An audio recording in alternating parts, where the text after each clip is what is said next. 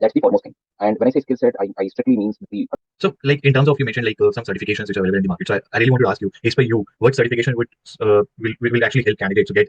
right. So this is the question I normally try to avoid. For FP&A, the typical pay range differs them. Nowadays, few managers, few companies have been very stringent about it. I don't understand the reason why. Like I have seen like people asking like I have like 15 years experience. How I can just mention 15 years experience in just 2 pages? And people start. Hello, Gaurav.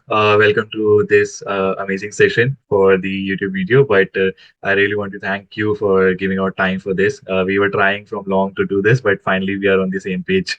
So I really wanted you to give a little like overview of yourself so that people can understand and relate better with you.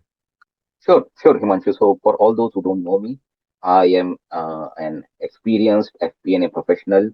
I have an experience of over, I think, around 18 plus years now, and I've worked with companies like Genpact, Airtel, Infosys, Intercontinental Hotels Group, Innova Solutions.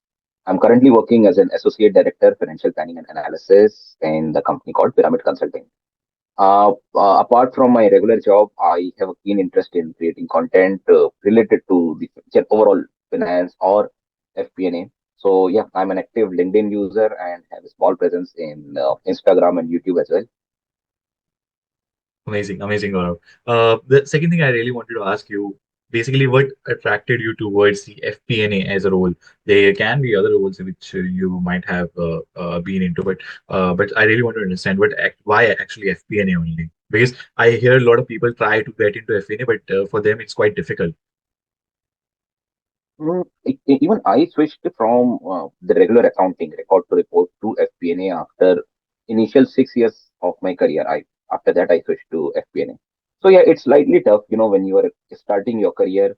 At that time, you don't have a clear view of what is FP&A, what is R2R. You just see the description, job description, and you feel like this is doing justice to your skill set.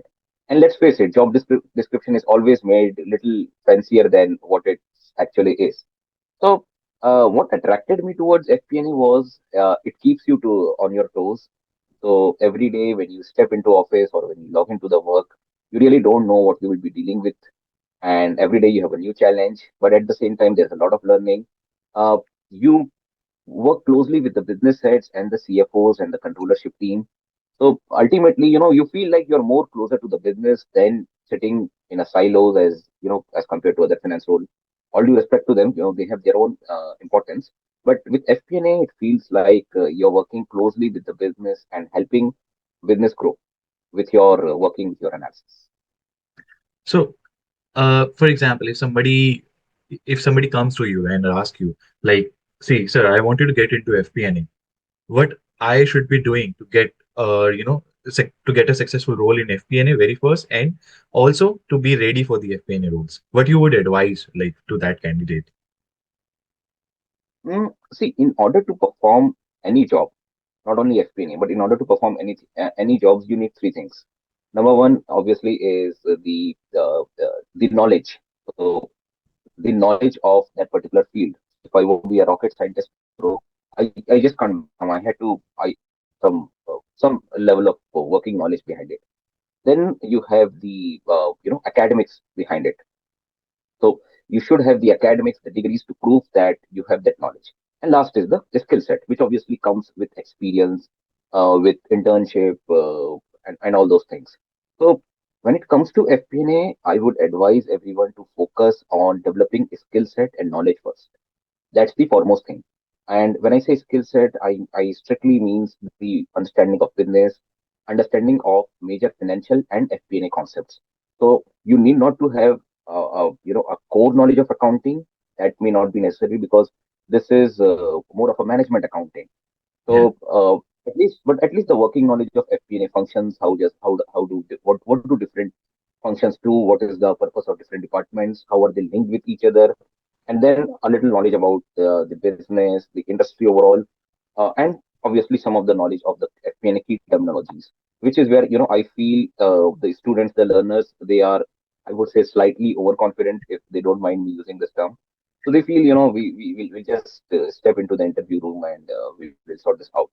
I would advise doing a bit of homework, developing knowledge about FP&A, and if possible, there are a lot of courses available in the market.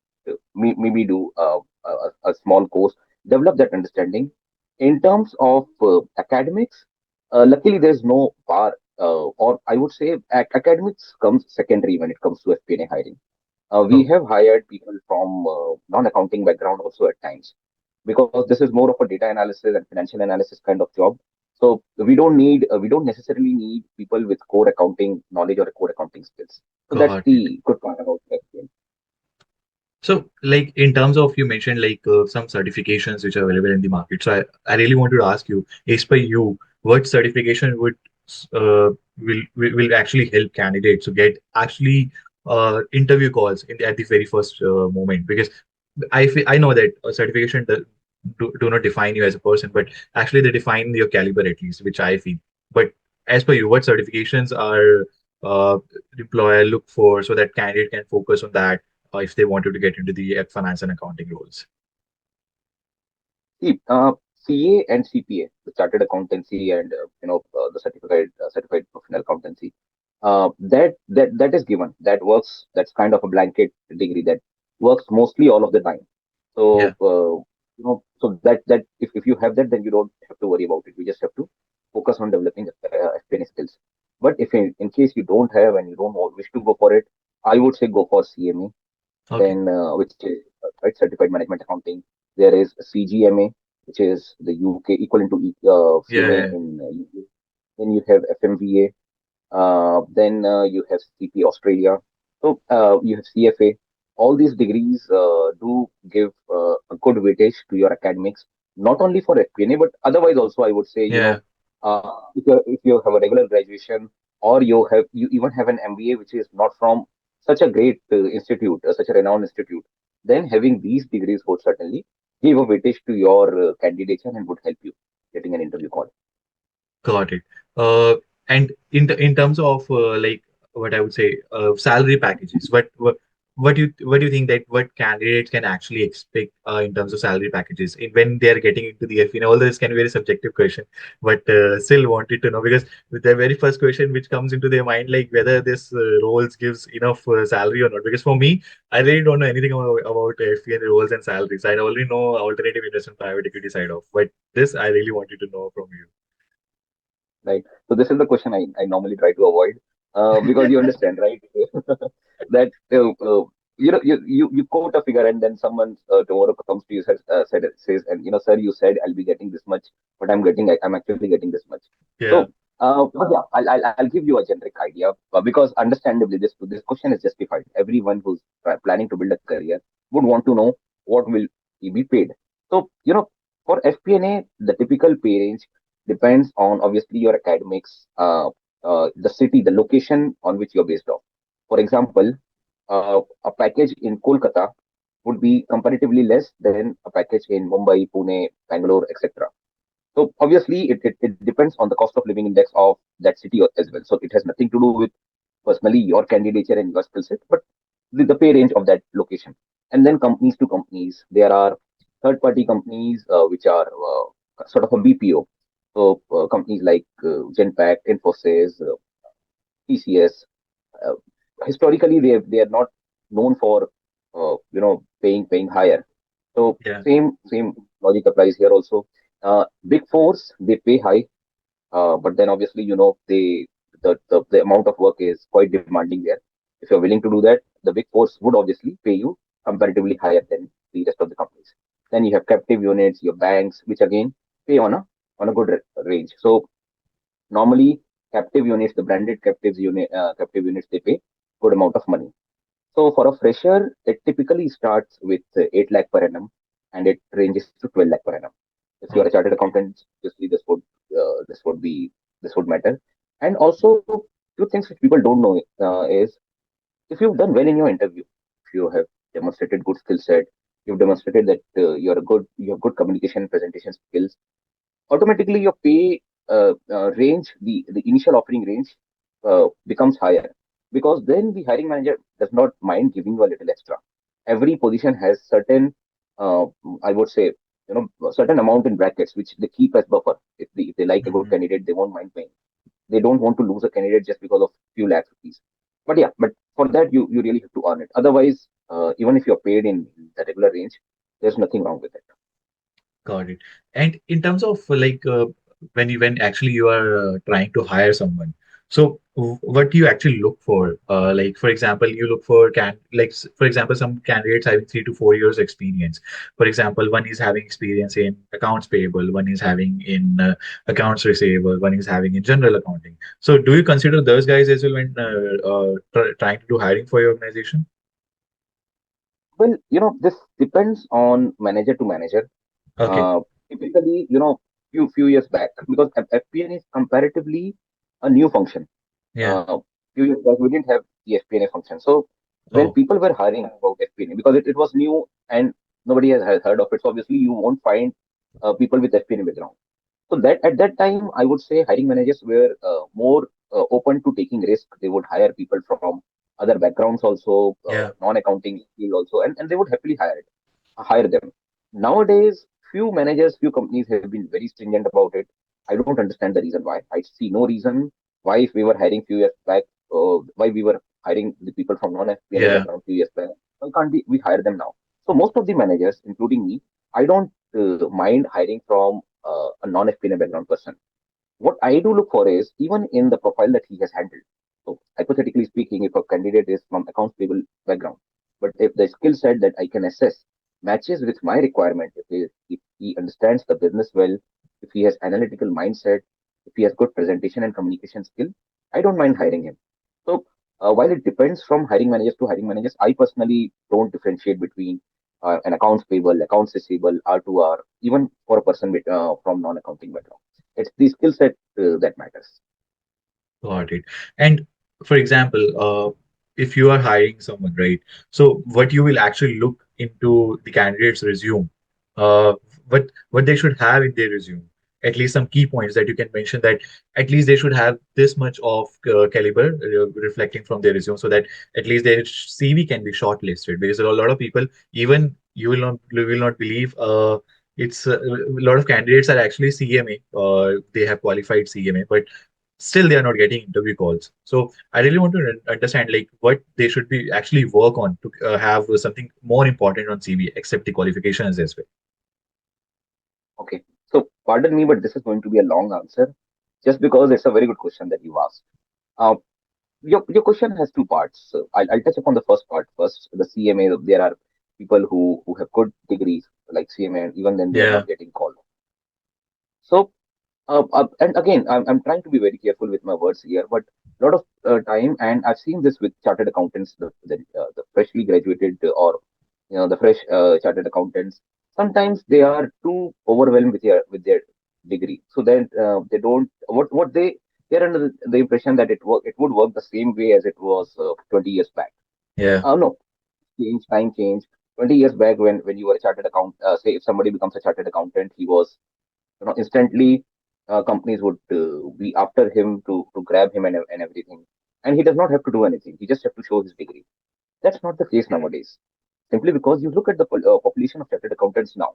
So just the degree, attaining a degree is first part. You then have to work towards other developing other skills, so that you are a good uh, candidate who's worth hiring. So that is something people often forget. The most important work part is having skills is a different thing, and showcasing those skills is a different thing altogether. It's your CV that showcase your skill set. So now I'm coming to the second part of your question. If the hiring manager has not seen you, he just paints a picture of you from your CV. If your CV is not that good enough, okay, he would just spend like 8 to 10 seconds and reject your CV. Because think of the number of CVs a recruiter is receiving in a day. It may as well be yeah, in 100. He does not have time. Okay. Humanly, it is not possible for him. For you, you may have all the skill set, but for him, you don't have. Right. So preparing a good CV is important.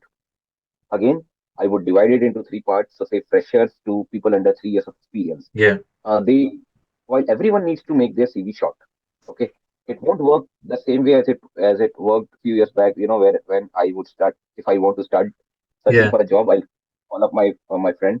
Bhai, tu apna CV de de. I'll take his Uh, CV, replace names and everything, and then just replace necessary things, and then my CV is done. No, nowadays you have to work on it. So keep your CV short, number one. If you are a fresher or relatively a fresher, keep it, even it's a one pager, it's okay. Okay. Yeah.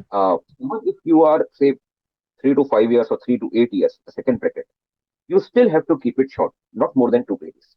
Same goes with people with, 10 plus years of experience or 8 plus years of experience. You have to keep your showcase only relevant skills, relevant to the role you are applying for, not what's relevant to you, relevant to the role you are applying for.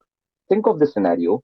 Say I am going to the market to buy a pencil, and if the shopkeeper is trying hard to sell me a pen, Yeah. no matter pen may be better than a pencil, but I won't buy it because that's not my requirement. Same Yeah. goes with candidate your CV. If your CV does not have those skill set which is being asked, they won't hire you.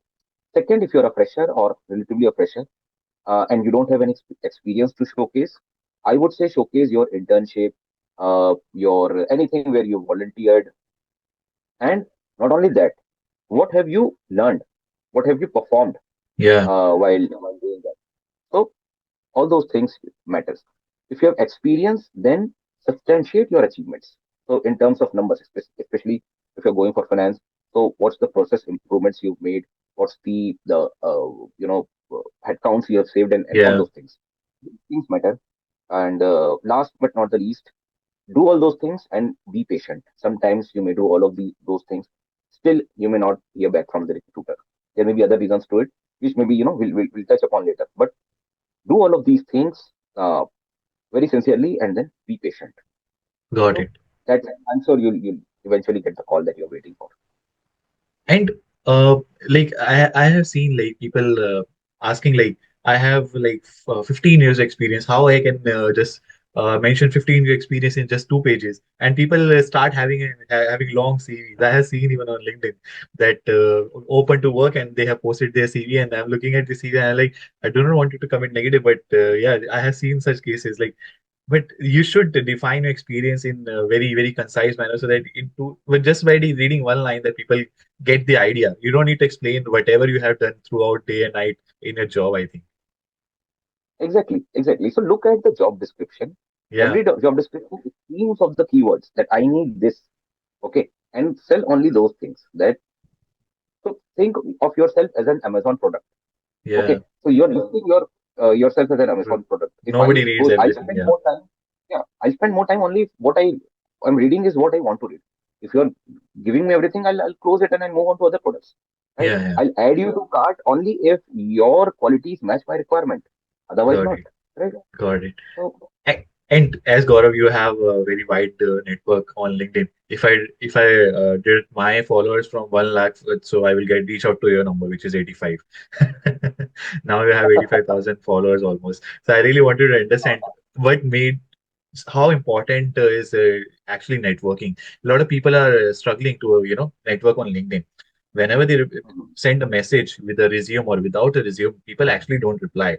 But what's your thought about that? How people should reach out to someone, or even to stay active on LinkedIn and create a network so that once they post something that they actually in a need, so people actually come to them. Yeah, Again, that's a very good and very relevant question that you've asked, Himanshu. See, networking is, I would say, it's similar to making friends. Okay, when you make friends, you don't make friends with an interest in mind.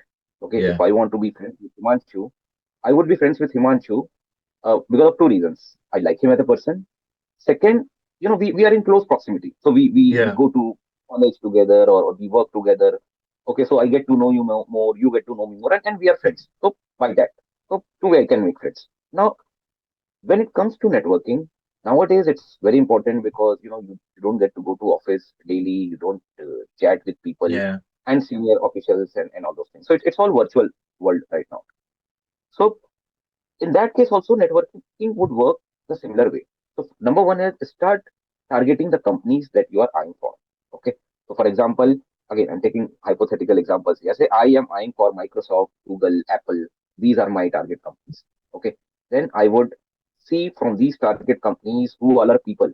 LinkedIn gives you an exciting feature. You just type the company Yeah. name, click on people, it would give you who all are working there. Okay, then filter out the senior most officials, the decision makers, and preferably people who are active on LinkedIn. So even from those set of people, if someone is not on LinkedIn, that won't matter, right? Even if you're sending him the request or sending him the message, no matter how good the message is, you won't get a reply back. Okay. And again, LinkedIn has a feature. So if you click on the profile of that person, it will tell you that what was his last activity or when was his last activity. So he commented on this 8 months ago. So that Yeah. means in 8 months he has not done anything. So most likely he's not using LinkedIn. So then filter out that guy and jump onto some other person. When you have found the right set of people, say two or three people, engage in their post, engage in a conversation with them, and then because every person, it's a human nature. If I post something, I Yeah. would see who's commenting on it, who's engaging with it. And once I start knowing you virtually, then maybe you can send a message that I like your post, or maybe politely say you don't have to agree to everything that he posts or Yeah. Yeah. appreciate him blindly. Just I for this point I would politely disagree. Things like this. So, and then, so you build this relationship over a period of time, maybe, 2 months, 3 months, so that when you are actually in the need of something, you can reach out to that person without any hesitation. And he'll be in a way obligated to respond you back. Then he can't ghost you Yeah. because you've developed that camaraderie, that relationship. Okay. So that's the way networking works. That's the way networking should work. What people are doing is they're just sending a connection request. Hi, it's been a while, that AI generated message, and then directly asking for a job. True. I True. don't see anything wrong with it. Okay, I may have done this in the past when I would need the job but there was no one to tell me how to network. But then, it's such messages are more likely to get ignored. And what would then happen is while there's no harm, even if your message is getting ignored, there is no harm. But then it would demotivate you in your job hunting process. Yeah. That I sent 200 people, only two reply, so they're replied. So there's no point of doing it. So that's the reason I'm telling you. Instead of sending it, instead of shooting 100 shots and failing at 98, shoot only 5 shots so that at least Yeah. four of them in your favor. True, true. And I feel that same with the like job hunting process. Like I have seen the people doing sending same CV for multiple profiles. Even for audit, they are sending the for example tech CV. So that it doesn't work like that. You have to be very specific. But wherever you're applying, you have to change your CV in that way only. I know it's a time-taking process. You have to go back on your CV and again then again change it, then again make some corrections. But instead of sending your resume, one's resume, a typical a general one to 100 profiles, send five to the five specific job roles, a different kind of CV, but what they actually wanted. So that will actually convert your call faster. Even here, I have seen a lot of people doing the same thing, but what actually getting their call converted is the right specific CV for particular job. Very good point. And one more thing that I just thought of was modern world is a world of specialization. Yeah, So gone are the days when I would say, I can do this also, I can do that also, I can do this also. yeah, No, they are not looking for an all-rounder. They are looking for the specialized person who can do the job. And so try to create a story around it, highlighting one skill. Don't try to highlight too many skills in one CV itself. got So it. yeah, And Gaurav, I really wanted to understand what's actually your own personal habits or a routine that actually help you stay motivated and having such a long experience, stay active on the LinkedIn, stay active on your job role, still doing the handling. You must be handling a good team, a good number of team, and as associate director. So, what actually your routine, your habits get you stay motivated for doing all of this work in a one go every day? uh, see, I one thing that I try to do is, I like to stay updated with what's happening in the market, especially to my field, Yeah, with the finance operations field. What's the one thing that's coming up? What are new applications, new functions in Excel? I like working in MS Excel. So new functions in Excel. Obviously, with AI gradually, at our doorstep, these things I'm more interested and I'm more invested. I don't do this as a compulsion that tomorrow I'll have to perform. I just do yeah, this as an interest area. So that it's not a load to me. Second is I try to communicate as much as possible. So whenever I get a chance to speak, say I get a chance to speak to you or address a larger forum, because I like addressing people, I like yeah, sharing my thoughts and everything. But I try to do that also as and when I get chance, and then when I somebody is humble enough to consider me that important and invite me. So that's the thing I want to do. So I believe these things do help us in personal front also and in professional front also. And then whenever we get a chance, obviously spend as much time as possible with family and with friends, because that that really keeps the rigor in you going. Yeah, And that ultimately that's the source of all your happiness. So while obviously my life is far from idle for anyone to follow, but then yeah, these things are something that I try to do and I try to achieve, and I would want all other professionals also to inculcate at least some parts of it. got it. And Gaurav, I think we have mostly covered everything around the FP&A and other things. And I really wanted to ask you, what's your like a very deep insight, final piece of advice for of all the either even early starters or professionals who are looking to either get into FP&A or starting their career with the to get into finance and accounting roles. What's your a good piece of advice for all of them from all of your experience? Seriously speaking, I would say follow Himanshu and his channel and his work. So we've interacted a lot, and Yeah, yeah, yeah. you shared a lot of stuff with me, some of them personal also. So your life and your work is in itself kind of motivating for younger folks. And now to see you in your journeys, see you continuously update and upgrade yourself and grow, and at the same time, performing all the rest of the duties. It's good. So I we don't get to meet, so I know you through your YouTubes and everything. Yeah, So they are very interesting to watch. So I mean, not necessarily exactly do the way that you are doing. Obviously, everybody would have their own set of lifestyle and everything. But yeah, take the cues of what other people are doing. They're doing everything still. They're doing it right, and they are not complaining about anything and everything. So if you really want to make a career in finance, I would say start understanding the operations of how companies work, how finances work. Whatever you might have learned in your school days, maybe may not be, I won't say yeah, relevant, but it won't be relevant to the work that you may be doing in future. So interact with as many people as possible who are working, who are seniors, who can give you some insights. hmm, Don't bother about too much about jobs and losing jobs and everything. That would whatever is going to happen would happen. But focus more on improving yourself and your skill set rather than worrying about jobs and salaries and yeah. all those things. This would eventually everything would fall in place as long as you are doing everything right.